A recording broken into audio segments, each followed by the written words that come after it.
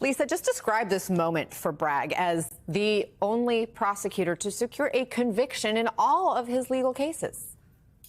Not only is he the only one to secure a conviction, but it's a conviction that his office feels very proud of, that they feel was done in the interests of justice.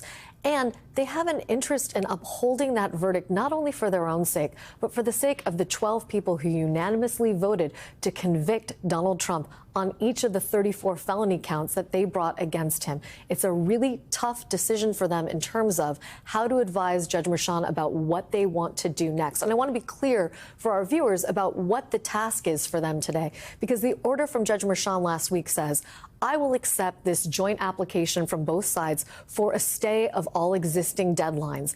And I expect the DA's office to file by 10 a.m. on November 19th a brief telling me what the appropriate steps forward are. So it's not that he's asking them for a binary decision. Tell me whether you favor, for example, a prolonged stay of the sentencing or whether or not you favor dismissal. He's really giving them sort of an open-ended question. What do you think should happen next? Should I stay the sentencing? Should I fully dismiss the case? Or should everything remain as it is? And then the decision goes back to Judge Merchan about what he thinks is appropriate to do next. If the DA's office, for example, says, we think you should stay the case, but not dismiss it full out, what does Judge Merchan do? Or conversely, if they say, we don't think there should be any change, does he then ask the Trump team, more fully brief to me why you think I should dismiss this case and what your constitutional concerns are? What case law, for example, would they cite in their favor? Would it just be the presidential immunity decision? Because that in and of itself might not get them all the way there to dismissal of the case, might get them to setting aside the verdict, but not necessarily to dismissing the charges. And so, Barrett, there is a challenging position that the district attorney finds himself in, and this is how the New York Times writes about it. He has, quote, a no-win decision to make, either drop the case and alienate his Manhattan base, or he can seek to preserve the conviction and risk intensifying the ire of the incoming administration. What do you make of his choice? Yeah, it is really a lose-lose situation. I think it's unlikely, again, I don't have a crystal ball, but I think it's unlikely that they would just agree to drop all the charges straight away. One, for the reasons that Lisa was saying, I do think there is this notion that we want to, we asked 12 jurors to decide a case. We want to uphold their verdict. But also, I think they are going to be very aware of any precedent they're setting, because, again, this is new legal territory, this concept of what is an official act, what does it mean to have evidence of an official act, infect the rest of a trial. I think they would be wary of any type of an action that could be interpreted as them conceding that the evidence that they put forward was somehow improper or that they violated that Supreme Court's decision. So I think that they probably won't dismiss it altogether. However, that leaves you in this position where you're asking Judge Merchan to move forward with sentencing, and there's not a lot of options on the table for him with respect to sentencing, right? I mean, we know he can't be sentenced to a custodial sentence. That would violate the OLC memo. And explain that. What would it violate? So the Office of Legal Counsel has a memo that dates back to 1973 that says that a sitting president can't be prosecuted. That has been sort of more broadly interpreted, that even something that's not just a brand new prosecution, but something that would infringe on his ability to govern, to be president, that would sort of touch on this idea of separation of powers, right?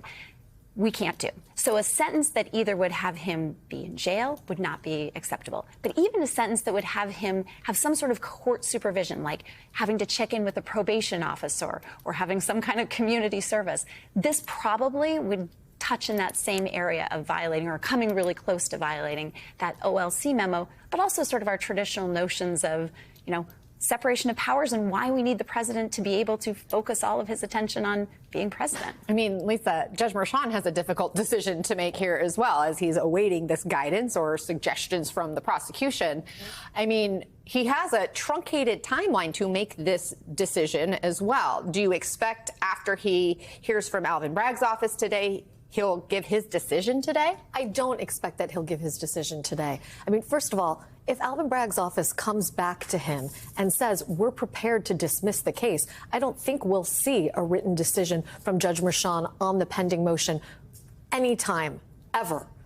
On the other hand, if Alvin Bragg's office comes to him and says, either we're prepared to stay the case but not vacate the conviction, or we think nothing should change, I think Judge Merchan is going to want to hear more fully from Donald Trump's team, which to date has only put in, as far as we know, the letter that was revealed as part of the order last week that basically says we went to the prosecution, and we asked them to consider a stay given the constitutional concerns associated with sentencing him. But they haven't fully fleshed out what those concerns are. And to Barrett's point, the OLC memo that she was referring to, that is binding Department of Justice policy, but it is not law, even as to the federal government. And more importantly, it's not binding, much less anything more than guidance with respect to states or localities that charge someone. So it's those constitutional concerns that animate the OLC memo that Donald Trump's lawyers are talking about, but they're going to have to convince a judge that those concerns necessitate a dismissal and have to do more than just cite an OLC policy